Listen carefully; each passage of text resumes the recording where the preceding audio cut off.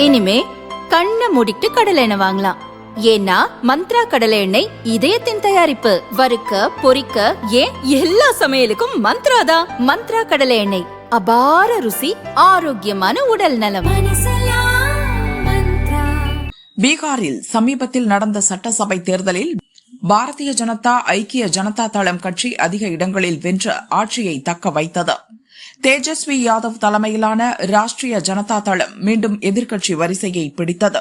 தேர்தல் வியூக வகுப்பாளராக இருந்த பல மாநில தேர்தல்களில் தான் பணியாற்றிய கட்சிகளுக்கு வெற்றி தேடித்தந்த பிரசாந்த் கிஷோர் ஜனசுராஜ் என்ற கட்சியை துவங்கினார். மொத்தம் உள்ள 243 தொகுதிகளில் 242 அக்கட்சி களம் கண்டது. ஆனால் ஒன்றில் கூட வெற்றி பெறவில்லை. 238 தொகுதிகளில் ஜனசுராஜ் வேட்பாளர்கள் டெபாசிட் இழந்தனர்.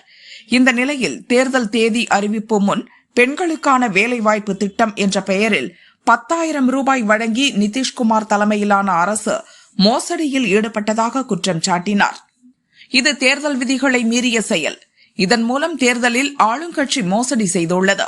வாக்காளர்களுக்கு மறைமுகமாக தேர்தலுக்காக பணம் தரப்பட்டுள்ளது என கூறி பிரசாந்த் கிஷோர் சுப்ரீம் கோர்ட்டில் மனு தாக்கல் செய்தார்.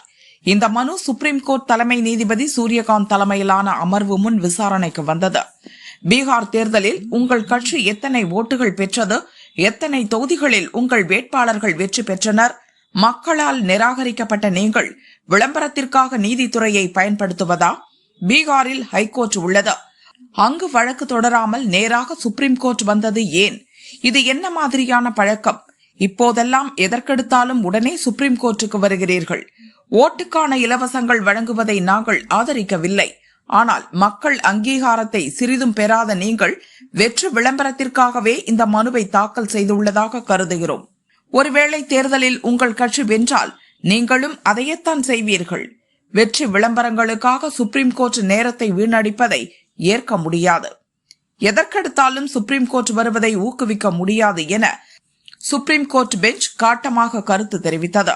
பிரசாந்த் கிஷோரின் மனு தள்ளுபடி செய்யப்பட்டது.